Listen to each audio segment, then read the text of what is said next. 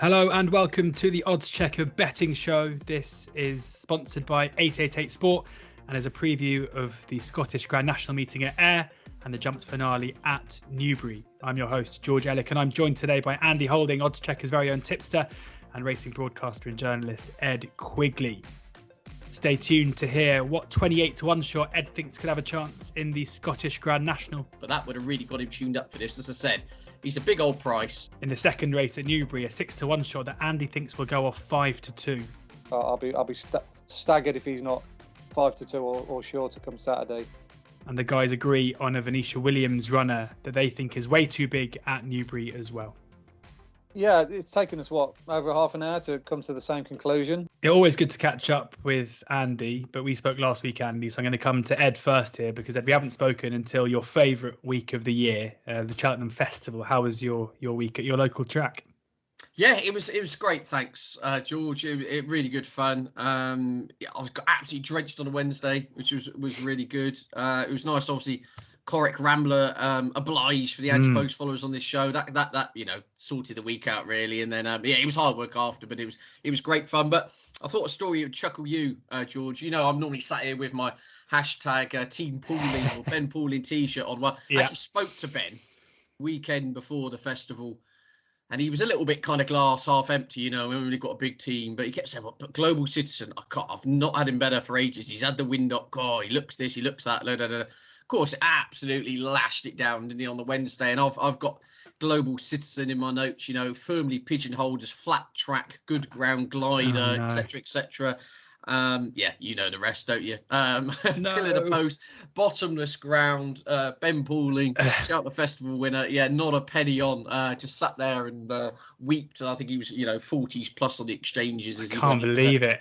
I know. I mean, it's all thereafter. He kept saying beforehand. He said, "Look, he's £20 well in on his old form, but he is the ground. And it goes to show sometimes, doesn't it? We can get a bit carried away with the ground, and he just ploughed through it, and that wind up's obviously sorted him out. But there we go. Yeah, so that kind of I was totally soaked. Missed. He probably won't win again. Bless him. He's 10 now. That was his one time to shine, and so left very soaked before the last at Cheltenham on a Wednesday with my tail between my legs. But good fun nonetheless. I even thought after the race, it was, I wasn't on, not many people I knew were on, but I thought to myself, I wonder if Ed was on. It's a appalling horse with. I was on the way home. Okay, well, time to move on from Cheltenham now. We had a few funny comments asking us how we could possibly do a Cheltenham 2023 preview last week. It was slightly tongue-in-cheek, that more about looking back at the week that had already gone. But it's time to look forward now. And, this show is going to be mainly looking at flat racing now as the flat season starts over the coming weeks and months. But we've got a couple of big weekends first. Of course, next weekend we have the Grand National meeting at Aintree. We'll be doing lots of previews next week on that. But before that, we have the Scottish Grand National meeting at Ayr and the Jumps finale at Newbury, which is what we're going to be covering here. So we'll kick off. We're going to cover the races that are going to be shown on ITV Racing on Saturday. So if you're having a day sat in front of the racing, it's the 8 races that they'll be showing, 5 from Ayr, including the Scottish Grand National, and 3 from Newbury. And we will start with Ayr. Before we get into the racing itself, going to point you in the direction of the Odds Checker app, the first place to get all of Andy's tips, free bets, best odds, place terms, and everything else in there as well. So do download the app immediately and you can follow through as we go. But we're going to start with the 1:15 at Ayr. We're recording this just after midday on Thursday, so final decks are in. Only a couple of firms out with their prices though, so these might date pretty quickly, but we'll do our best to keep them live. And Sebastopol is the 9-4 favourite here ahead of Dubai Days. This is the handicap chase. Dubai Days 5-1 with Melistic 5-1, Gold de Bois 7-1, Sao 8-1, 12-1 bar those. Andy, will come to you first for the opener at Ayr. Yeah, I can see the reasons why Sebastopol would be favourite. He was very good, wasn't he, last time out at Kempton? That's a good ground, small field scenario really suited him. Unlike he's run there the time before when he pulled up, not really handling winter conditions behind Jacamar. He looks a progressive novice that travels well through his races. So, relatively strongly run race here at Ayr. Flattish track should be absolutely ideal for him with a good yard in form.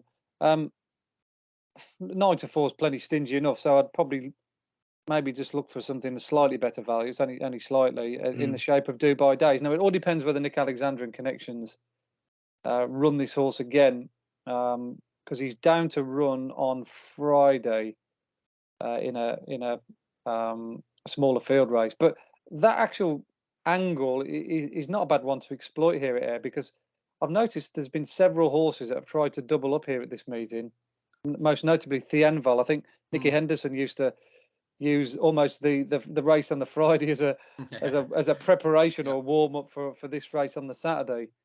I'm not saying that Nick Alexander's been thinking about that specifically, but coincidentally he's got this horse entered in twice. But he was really good visually and on the clock last time out at Kelso, beating Hardy de Soy and a field of really good handicappers. They went a proper good gallop that day. Like I said, the time figure that we got for it was exceptionally good. And he was also good off the bridle as well. Once Bruce Lynn went for him, he found plenty of pressure up the hill. So he's clearly a horse in great form. He likes it here at Ayr as well. Unlike quite a few of these, they haven't got form. Sebastopol actually has got form over hurdles here, which is going to stand him in good stead. But Dubai Days has been in good form over fences as well as over hurdles. So if he was to double up, or maybe not run on the Friday and just come straight here, because I don't know what the plan is with him, but he'd be the one I'd be mostly interested in. Dubai Days 5-1 there, the one for Andy at this stage. Ed, how do you see the opener? Yeah, I mean, unoriginal. I agree to the extent where Andy was saying the price is a bit stingy, but I do think Sebastopol is the one they've all got to pass here.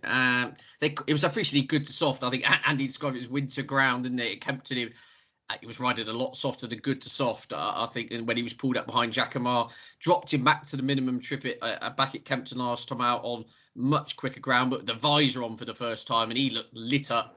And he just flew round there, didn't he? He looked much happier back on, shall I call it, spring ground, minimum trip, small field, allowed to get on with things. And yeah, I think I listened to Tom Lacey interview after. He said, look, we're basically just going to hunt the ground with him. I think they'll no doubt have a crack at a couple of summer ground targets, the likes of Market Raisins and Utoxas and all of those. You know, in the height of the summer, I think would definitely come into play with him. He wants genuine quick ground. He got it last time out with the visor on. I think, you know, he could still be progressive. Was he rated in the mid 140s at his peak? So yeah, I still think there's probably a bit more to come off a marker 144. Given he's just a horse who needs very exacting circumstances, I think, to be seen in his best. And looking at the weather, you know, I usually come in my weather bulletin. I mean, it's officially good to soft, good in places at the time of recording, and by and large, the weather looks set fair for pretty decent weather over the next couple of days throughout the weekend up in Scotland. So yeah, I think it'll be lovely ground for him. And yeah, I think Sebastopol unoriginal, but yeah, he'd be the one I'd be siding with. 9-4 for Tom Lacey's favourite there, Sebastopol at 9-4. On now to the 150 at Ayr as the sun suddenly streams onto Ed's face. A bit of tactical editing there, as we thought we'd rather see him rather than the silhouette of Ed as he spins. But on to the second race at Ayr now. And Dusart is the 3-1 favourite ahead of Sounds Russian at 4-1. The Golden Rebel 5-1. Sail Away 13-2. Doyen Breed 15-2. 8-1 Lord Accord. IK Brunel 12-1. Striking Opposed 14s, and Now Where or When 16-1 in the champion handicap chase. Ed, I've really got splinters in my backside with this race, George, because Dusart, I mean, it's clearly a bit of an afterthought, isn't it? Only just over a fortnight ago, ran obviously in the Brown Advisory, bottomless ground that day. Must have had a hard race on that occasion. I don't know. Is he well handicapped off 147? I've literally got no idea what to make of that run. You know, I mean, he was beating 15 lengths, clearly in very good company, but he looked absolutely, he was drunk coming over the finish line that day. 17-day turnaround, clearly into calmer waters here. But you've got some, you know, a couple of progressive sorts in behind him, been running consistently well. He's got to give away. It's just one of those, I don't quite know what to make of the favourite. He could be a 150-plus chaser. He could be an absolutely spent horse who can't lift a leg after the hardest race of his season a fortnight ago. And he was saying before that, you know, he's got some wins next to his name, but, you know, he wasn't exactly convincing when he sent off 2-7 at Exeter when he won. And again, at Leicester, was he 2-7 in a 3-runner race and nothing contested. Again, he didn't totally convince. He's a horse I find it very hard to put a grasp on what he actually is, to be honest with you. And whether he on balance of his form, deserves a rating of 147. I'm not sure. Bottom line, I probably want to take him on with something. Who I don't know. So I'm probably going to keep an eye on his price. And some of these Henderson horses do get punted off the boards as if they're the new Sprinter Sacre. And if he kind of goes south of 9-4 or something, I might end up just laying him for a place, because I could easily just see him bombing out in this. But then again, if he won it, I wouldn't be shocked. So yeah, a bit of a nothing answer to you, George, but it is a race I generally find it quite hard to weigh up. Yeah, so no bet, I'm guessing, for Ed there, but happy to take on. Yeah, I'll lay him if he goes short enough, if you see what I'm saying, because there's got to be that doubt that race has left its mark. I mean, I was there, soaked to the skin on the rails, I hiding for cover. I mean, he was walking over the finish line. I mean, he came back into the unsaddling. He looks absolutely cooked. Fortnight later, I don't care even if he is dropping in grade. If he goes short enough, I'll probably take him on. Big negative then for the favourite there from Ed. Dusart 3-1 fav as it stands. Andy, negative from Ed. Do you have a positive for one of the others, or even for the favourite? Yeah, luckily I have got a fairly strong view about this race,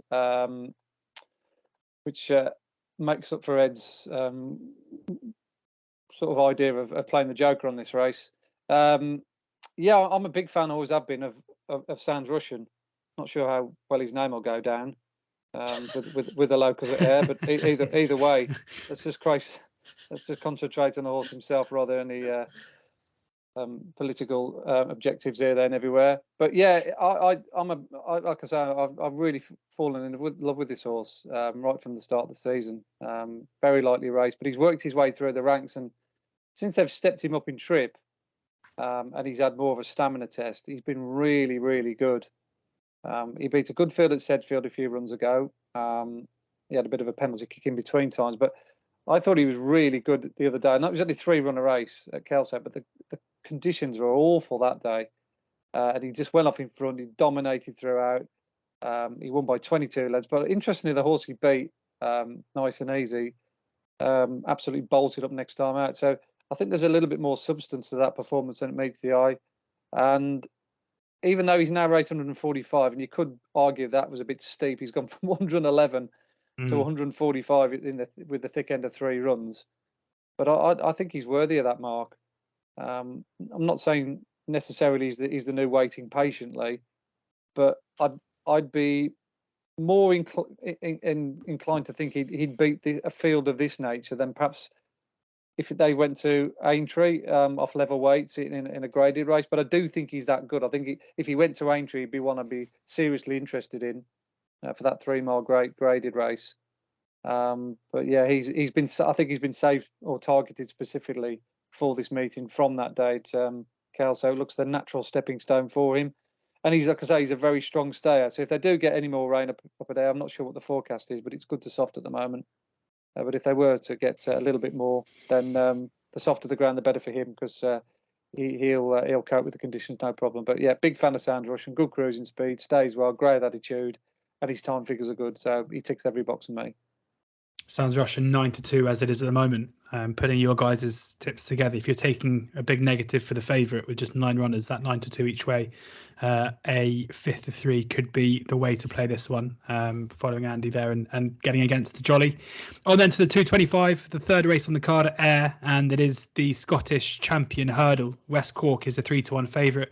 One more for the road, 7-2. Milkwood, last year's winner, spoke to Neil Mulholland about Milkwood's chances, so do check out the Odds Checker YouTube page to go and watch that little stable tour we had with Neil a few weeks ago up on there. 4-1. Barrichello is 7-1. Anna Bonina is 10-1. 11-1 bar the rest. 9 runners again here, Andy, for the Scottish Champion Hurdle. Who do you think is the one to side with? I probably would go against West Cork. It's a bit of a contradiction in terms, but I do think the form of his county hurdle 5th is very good, because I think State Man, based on his number that he did in the county hurdle, is a potential graded horse in waiting, as is the horse that chased him home, the horse of Lorna Fowler's, Colonel Mustard. I think he's a potential winner of a graded race further down the line. So West Cork's 4th in that race. Like I say, nothing wrong with the form, but I've just got a theory with him. I think he's best fresh. When he won the Great Wood off the back of a break, he was really good. And then they brought him out quite quickly at Ascot a month later, and he completely bombed it wasn't a tragic run, but I don't think he was anywhere near the same horse at Ascot that he was at Cheltenham. So the fact that he's got a 15-day turnaround, I'm not necessarily sure that'll suit him. There were several horses that like gaps between their races. Classical Dream, for instance, he was a rather strange favourite for the Stays Early, but anyone could see in his form that he needs huge gaps between his races, so he was always going to bomb out. And I think we might get the same with this one. Conversely, Milkwood's been saved specifically for this race, of course, winner of the race last year. The only problem with him is the Neil Mulholland team are struggling for winners. I know they had a winner yesterday with St. Doctor, but generally speaking, that Mulholland camp have been in bang out of order for a little while. So not necessarily sure that I'd want to get with him. So Process of Elimination really leads me to One More for the Road, who I thought ran a Herculean race in the Imperial Cup. He got there 2 out looking as though he was going to win, or one of the most likely winners. And then he just didn't get up the hill. But I think that was partly due to the fact that it was very soft ground at Sandown, not necessarily thinking that's ideal for a horse like him, who previously in the season before that had shown really good form on good or good to soft ground. But I think the ground's going to come probably more in his favour, without trying to second guess what the ground is going to be. But I think if it remains good to soft and no worse than that, that'll definitely play into his strengths, as will this sharp track as well. So I'll probably get against the front 2 in the market here and go with One More for the Road. One More for the Road, 7-2 as it stands at the moment. Ed? Yeah, Trappy, but I'd probably be with West Cork on balance. I totally take on board Andy's point there. That would be the only real negative, would be the fact of him trying to back up the run a couple of weeks later from Cheltenham. I mean, Andy referred to when he went to Ascot earlier in the season after the Greatwood, and I think he was lame and pulled a muscle that day. So maybe there are valid excuses for that run. And that would be the worry would be 2 weeks later. But it was a storming run, wasn't it, in the County Hurdle, as Andy alludes to. State Man's up in the 150s now. Lorna Fowler's horse, Colonel Mustard, of course, has been placed in 2 Grade 1s before. He's kind of right on their tails. Really good run. The Greatwood Hurdle form, we've spoken about it before earlier in the season. That's worked out an absolute treat. That's one of the best handicapped hurdles we've had for many a year in terms of, those horses all the way down it have come out and been winning huge pots since. So, look, I think everything's right from him. Only nervousness is a couple of weeks later, but other than that, I think he's ticking all the right boxes, personally. So, yeah, again, another bit of a head scratcher this race, but on balance, I'm with West Cork. West Cork, the one for Ed there, taking on Andy at the top end of the market. 3-1 West Cork is at the moment. So 3's West Cork for Ed. Andy, one more for the Road, 7-2. I'll leave it up to you to decide who made the better case. On then to the future champion novice Chase, the Grade 2 over 2.5. Manila Drama, this is at 3 o'clock. Manila Drama just about favourite at 9-4, ahead of Do Your Job at 5-2. El Redoto 4-1, Katili Briggs 6-1, and Jacamar 6-1. A 5-runner race here, Andy, and it's as trappy as it gets really in terms of the prices. Not much to split the group of them.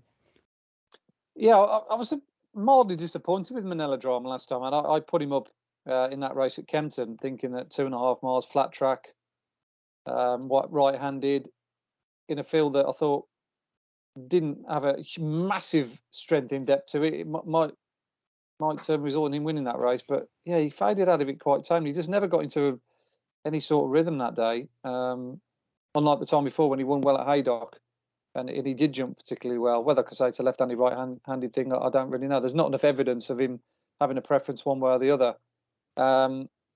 So yeah, I'd probably just swerve him on this occasion in favour of Do Your Job for the Michael Scudamore camp. He's always had a touch of class, this fella. He was a good horse as a novice hurdler. Not quite top class, but certainly good enough to take part and compete well on a fair level playing field in graded races.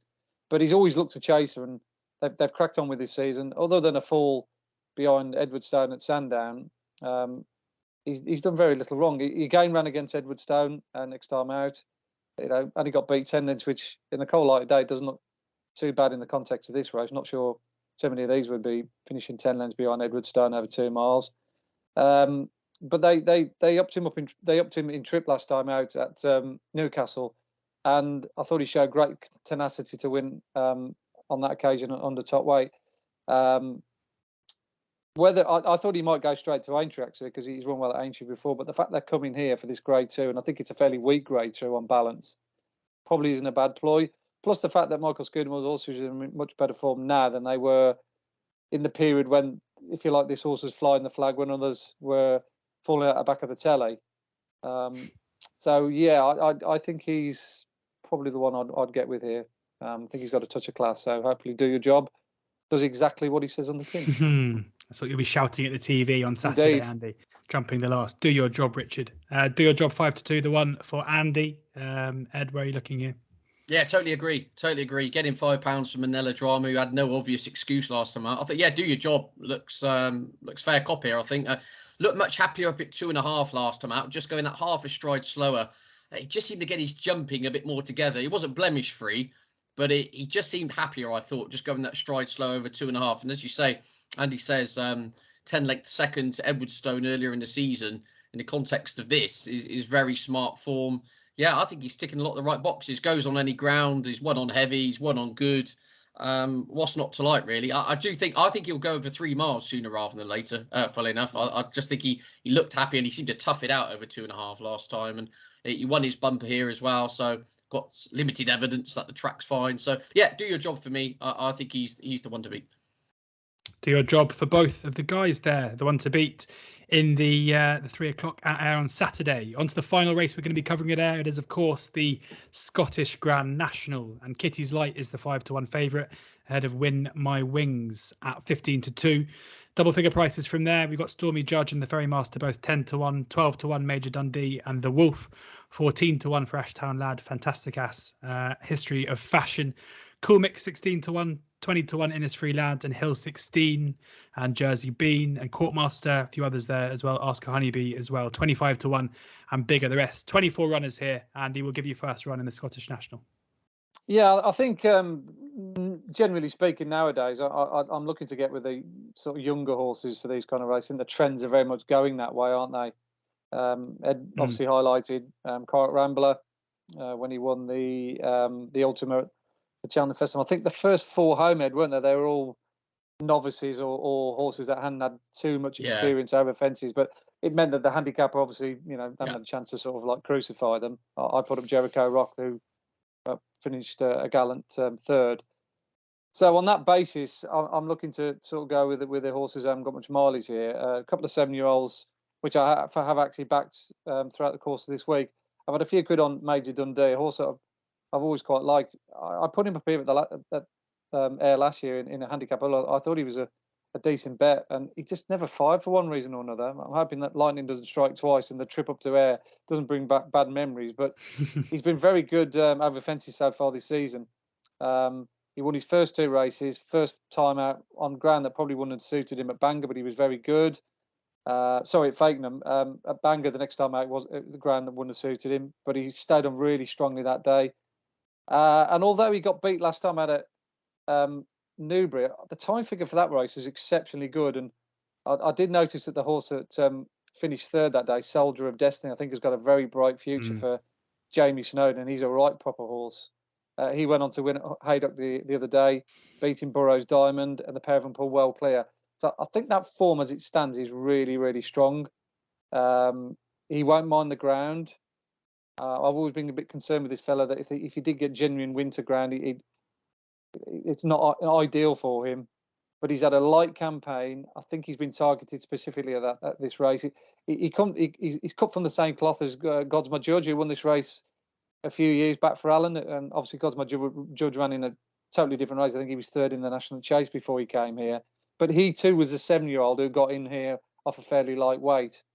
And Alan King's horse is running really well at the moment. So he definitely comes under my radar. And the other one is Stormy Judge from the Pat Fye stable. Again, he's had this race specifically as his main target all the way through the season. I like lightly raced horses here that have haven't had too many ball breaking races, for want of a better word. And it reminds me of Mr. Fogpatches, who finished third in this race last year. A 6-year-old who came here off the back of a light campaign. He was a eye-catching 50th of the day behind horse that I put up, DL Care in the Leinster National. He'd come there looking as though he was going to win 2 out, but he just didn't quite get home on the soft ground that day, having only had the 1 run previously. But he did win that EBF final over fences over 3 miles last year at the same track, beating the likes of Schoolboy Hours in a real stamina test. So 4 miles would be absolutely no problem for him. And I think it's a race that Pat Foy really wants to win. Reading between the lines, I think he's always wanted to win the Scottish National. Whether he's got Scottish heritage in his blood, I don't really know. But that's another matter. But yeah, Danny Mullins has come over to take the ride, and we know how good Danny is as well. In these kind of races. So yeah, 2 against the fill for me. The 2 7-year-olds, both double figure odds at the moment with sort of 5-6 places on offer. Stormy Judge and Major Dundee. 10-1 Stormy Judge, best price at the moment. Major Dundee 12-1, as Andy says. A couple to take on the field with. Ed, have you got a couple more? Yeah, I'll go 2v the field here. Again, tricky as you'd expect. I'm looking for kind of one at either end of the spectrum to some extent. But number 1 being Fantastic Ass, who I would be really strong on if he'd actually swerved the Ultima and come straight to this race. Listening to the kind of insinuated reading between the lines between perhaps owners and connections beforehand, I think there was a little bit of, shall we go to Cheltenham or not? I get a feeling the owners perhaps wanted to come straight to the Scottish National, but I think the trainer and perhaps a few others thought he was well handicapped, so they took their chance in the Ultima, and he ran really well for a long way. He was up in the van in the firing line and just got a bit outpaced in the closing stages. I mean, the ground was riding a little bit quicker than the official description, I think it's fair to say, on the opening day of the Cheltenham Festival. He just looked a little bit outpaced behind some progressive sorts. Nonetheless, off 143, he's unexposed. He's a 7-year-old. By and large, he's a very good jumper. I say he made 1 error in the Ultima, but apart from that, he's very good jumper for a horse so inexperienced. And I just think this proper out-and-out test of stamina will probably suit him. He just looks a resolute galloper, the kind of one-paced, when horses had to quicken and go another gear and the tempo lifted in the closing stages at Cheltenham, he just didn't find it. And he still was far from disgraced, I think it's fair to say. So, I like Fantastic Ass off 143. The bit of the joker in the back here would be something I like to always say on a Saturday night. One More Fleury for the Ian Williams team. I think he's very interesting at a bigger price. Again, he's never horse who ran in the Ultima. But that was never really going to be his bag. Set off a huge price. He's been dropped £6 since then. But if you go back to this card a year ago, he absolutely bolted up in a handicap chase that occasion off 128. He's only £4 higher this time round. But I wouldn't be too put off by his run in the Ultima last time out. If anything, the cynical side of me thinks it would have been getting him spot on for this. Because if you look through his profile, he's a horse who's got a very bad record when fresh. He doesn't do well first time out. When he won at Warwick last year, admittedly well handicapped, he was beating the length of the straight only 2.5 weeks beforehand in another race at Warwick. So he's a horse who could suddenly spring forward for having that run, if you see what I'm saying. So I think that run in the Ultima, well down the field, but that would have really got him tuned up for this. As I said, he's a big old price. He went here last year off a £4 higher mark in a competitive handicap chase, and he sluiced in. He could be one at bigger odds. So yeah, Fantastic Ass, just slightly tempered by the fact that he was really up in the van and had a hardish race at the Ultima, if you see what I'm saying. But nonetheless, I still like his claims off 143. One More Fleury. I actually think conversely, that run would have brought him on for this. And I'm sure connections have had an eye on this meeting for some time. Again, he is only 8. And I don't know whether, there might still be some more improvement to come from him. So, yeah, goes on any ground. And he's my bigger price one for you for the Ian Williams team. I'm all in. You've sold that to me. I'm going on a stag do this weekend to Newbury, and I'm sure we'll be watching the Scottish National. I'm going to tell everyone to back that, because no one better than Ian Williams to get a horse ready for a big race. And certainly, as you say, we know it goes well at the track, and a couple of prep runs to get ready for this one. 28-1, One More Fleury for Ed, and Fantastic Ass is 14-1.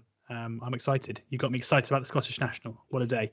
On then to the 3 races at Newbury. I'm going to be listing extra hard here. As I said, I'll be there on course on the day, so I need some pointers from the experts. Yeah, on to the 135 now at Newbury, and Royam Uni is the 5-1 favourite ahead of Punctuation at 6-1. Sorry Quest, interesting. 2 firms out at the moment. One firm has Sorry Quest, the 3-1 favourite. The other 6-1. Joint second favourite. Fred Arm also 6-1 with both firms. 13-2 Rainy Day Woman. 10-1 Mr. Marbles. 11-1 Icon Dobrel. 12-1 Moamo.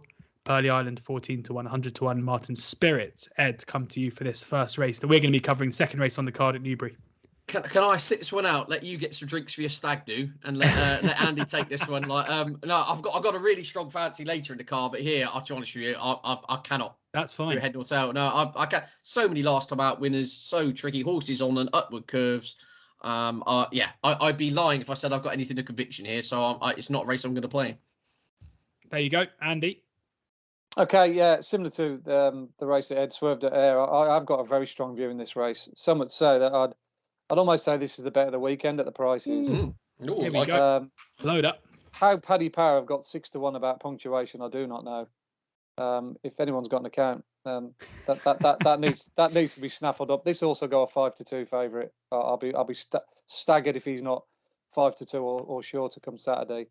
I think he's probably the best handicapped horse in Fergal O'Brien's yard. This fella, he started off his handicap campaign off a mark of 95 at Warwick, off the back of a 220 odd day break. It was his first run since leaving Charlie Longsdon, and Charlie couldn't quite get to the bottom of this horse for one reason or another. But when you look back at his flat campaign, he was rated in the 90s on the flat. He was, running in races like the Melrose. I think he finished 6 in the Melrose back in the day. So quite what he's doing off a similar mark over hurdles, and how they couldn't get to win with him was beyond belief.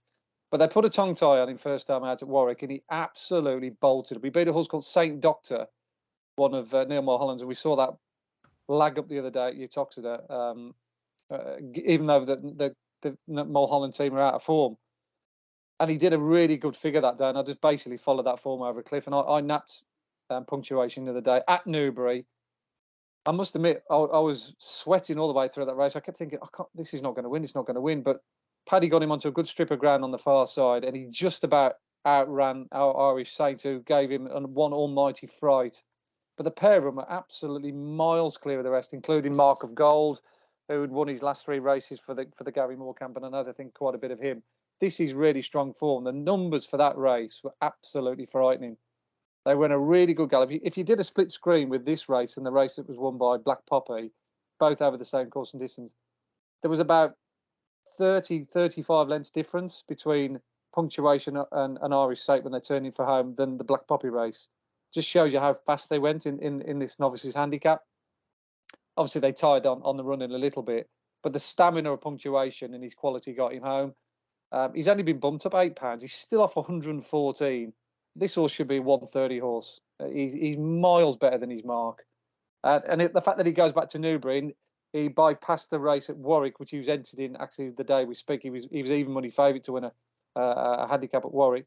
To come here for this is the biggest indication that you'll get. He's missing an opportunity at Warwick, even money, to come here for technically a harder race. So I mean, it almost doesn't make sense. But that's why I think 6-1 is an absolute gift. Ooh, 6-1 time of recording at about 20-1 on Thursday. Will that still be around when this goes out? Not a chance. Andy Holding has something to do with that, but let's hope there's still a few prices out there to back. 6-1 at the moment, punctuation for Andy. I think Andy heard me getting excited about one of Ed's tips and thought he better trump him there. On then to the 210, and Ed will come back to you after your no-show in the veterans handicap chase. And we've got La Cavza Nostra is the 9-2 favourite ahead of First Figaro at 5-1, Indy 5 and 6-1, Bermeo 13-2, 7-1 No Comment, 15-2 Psychedelic Rock, 8-1 Glen Forcer, Vivas Another Emotion, and Valadam 14, 16s and 16s. Yeah, I'd be with the 12-year-old. I was going to say the old boy. They're all old, aren't they? But First Figaro, it's really just been rejuvenated in recent times. 12 years young, but his form was just taking off. Interesting, it had a bit of a break after last year, best part of a year off the track, and then back-to-back wins. They took the headgear off. They've been messing around with blinkers, cheap pieces, taking all the headgear off. He's 2 from 2 without the headgear on, and he's 2 from 2 under Ned Fox, who seems to have struck up a wonderful rapport with this horse, it would appear to be. I mean, absolutely hacked up last time out, albeit not much of a race at Leicester, but 14 lengths. Jumps and travels, like a lot of the Venetia horses this season, have just seemed to have been in top gear and have kind of dovetailed nicely with her stunning season. I mean, a few of the horses have been a bit in and out recently, but mainly she's been operating at over a 22-23% strike rate for the entire season, which is fantastic. And yeah, I just think this horsey, he just seems to have just come back to himself at the age of 12. Whether there was some discussion about the headgear or whatever, but it's to say there's just facts are there that whatever reason, taking the headgear off, he's 2 from 2, seems to be on an upward curve. This jockey, Ned Fox, seems to have clicked with him, and I just thought there were a lot of horses in here who kind of scratching around for form, a bit confusing, etc., etc. He's the horse still on the upward curve at 12 years young, and he'll do for me really. So yeah, 5-1, I thought was a. It was a schneery kind of each way play here. I'd be disappointed if 10 went to post and he couldn't finish in the top 3. Truth be told, so yeah, first Figaro for me. First Figaro, the one there for Ed, 5-1, a sneaky little each way bet, as he says. Andy. Yeah, it's taken us over half an hour to come to the same conclusion. Yeah, I'm a fan of First Figaro as well here. The only problem with Indy 5, just looking at him, is he likes to dominate, but with Valadon in the field, I think these two are going to be headbutting each other at the head of affairs, and it might just set it up for a horse who is ridden with a little bit more restraint. And although Ed said it might not necessarily been a race at that much of a race at Leicester, he did beat none other than Onken from the Nodgers Just Dames camp, who I thought did really well to win at Market Raising yesterday. He was taken on for the lead. He had horses who were more patiently ridden closing on him, and then he kicked away again. So he's obviously clearly in good form, Onken. And First Figaro batted him by 12 lengths. He was also third in this race last year as well, I noticed, when the headgear was on. He did look a bit, iffy under pressure last year with the headgear on, but now they've taken him up, as Ed said, absolutely bang on. He just seems to have been revitalised. So it's very much a target race, I think, for Venetia, this. She's probably looked at this race and worked backwards. The fact that they've managed to win a couple of races has been an absolute bonus. But he's still off a good mark, 109. I think he was third in this race of 104 last year. So yeah, he looks the one. That 5-1 again looks rather tempting. First Figaro, the one for both the guys there in the 2:10. We're going to move on to the final race of this preview now, which is the fourth race on the card, I should say, at Newbury, with the Mares Novice Hurdle. Speech Bubble 130, Corey's Courage 5-1, Sabrina 13-2. 10-1, Nina the Terrier, Holly Hartingo, 11-1 bar. Andy. Yeah, I think this is fairly straightforward. I'm not going to overcomplicate this. It's straight down the middle here with Speech Bubble. I just think she's absolutely different gear to this lot. I really do. I mean, a run beyond Love Envoy at Sandown at the time looked a good one, but we know how good it is now, having seen what Love Envoy did to a good field at Cheltenham, beating lots of fancied horses quite readily. So to come away out of that race, you'd think this horse would have gone up retrospectively. To come off of it with 130, I think Noel Williams and Connections must be absolutely, beside themselves with joy, to be honest. She looks just better than a 130 rated horse. And again, I think they've had this race on their mind for a long, long time. The fact that they came here as well, just to have a sighter at Newbury, with a course and distance win two runs ago. I mean, it just tells you all you need to know, really. That right, this is the race. We'll give her a spin round here, then we'll run her in better company next time out. These are the kind of things I like to see as a punter. I like Connections when they have a plan. I'm not worried about the weight either. People look at Lemstone 10, giving weight away, but she's absolutely built like a proverbial brick outhouse. Managed to find the right word there. Brick house. Before we got the censorship out. House.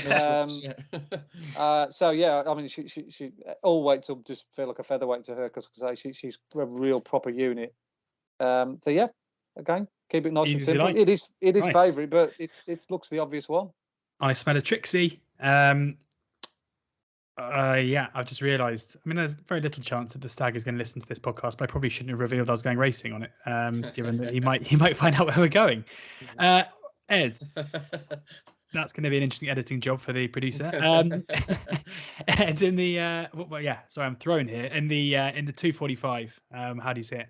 Didn't realise the stag was a surprise. Right, it's a surprise stag. It's a Newbury racecourse. So really, it's niche. That is niche. I'm afraid we're going to have to probably re-record the whole podcast now. So that's a shame. Okay, I'll leave that to your editing skills, as you say. But in the meantime, no, I really fancy one in here actually.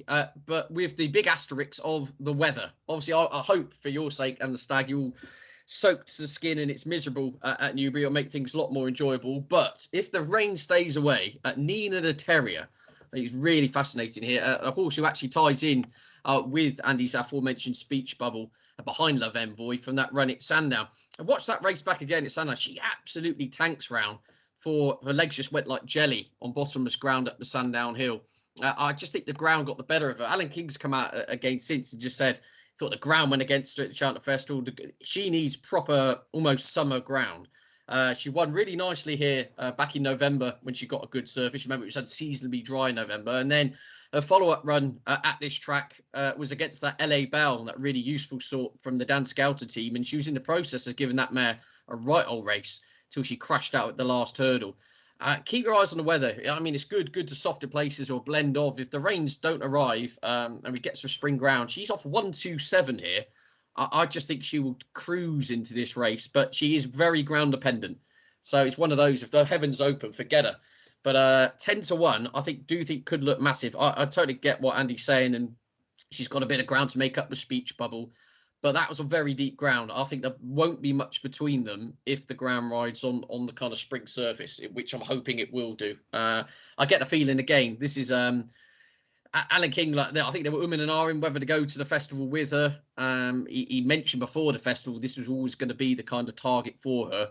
I just think of this surface, on a sound surface, she would have to be taken seriously off 127. That LA Bell form looks pretty useful. Obviously, I think she went on to win the Sydney Banks at Huntingdon, didn't she? So, yeah, she's for me 10-1. Massive price with the proviso. The ground doesn't turn soft. Put it this way, if the ground actually turns soft, I think they'll probably put her out. I don't think they'll go to the well again on soft ground. So it's one of those. I think it's a little bit of a shot to nothing, and I think she's a major each way player. Nina the Terrier there, the one for Ed at 10-1. Before I let you both go, any others on the card in Newbury to flag up? Yes, I did have one actually. Sorry, well, not in Newbury. It was back at Ayr actually. Getaway Trump. Getaway Trump runs. I'd flagged him up, and now I've lost my card in front of me. But you can find it. That's my job. Yeah, in the 410. Yeah, I think he's dangerously well handicapped. He's looked aggressive, I think it's fair to say. But again, every horse kind of has his mark, and I get the feeling he kind of stayed away from some of the hot races.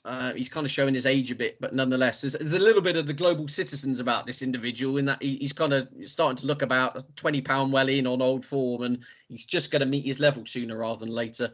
And I thought a bit of decent ground, he could run well. So yeah, he's definitely one for interest of me. Getaway Trump for the Paul Nicholls team. 9-1, outsider of the 6. Yeah, big price. Getaway Trump. Andy, anything for you before we say farewell? No, I haven't. I've just concentrated on the cards that we've covered. So yeah, I think we've got enough there to get to be getting along with. And I've got to leave myself a little bit of scope anyway, just in case I do spot something else. Yeah, absolutely. There you go. There you have it. Great thoughts there from Andy and from Ed ahead of this weekend's racing at both Ayr and at Newbury. Thank you very much to them. Thank you very much to 888 Sport as ever for sponsoring the show as well. Please do download the Odds Checker app for the very best prices, free bets, booking offers, place terms, and of course Andy's thoughts on racing every day straight to the app at around 9 a.m. in the morning. So please do enjoy the racing. We'll be back for plenty of Aintree previews next week, so do subscribe to the Odds Checker YouTube channel and to the podcast with any podcast platform as well. Hopefully another great weekend of jumps racing ahead of us. Please, as ever, do gamble responsibly.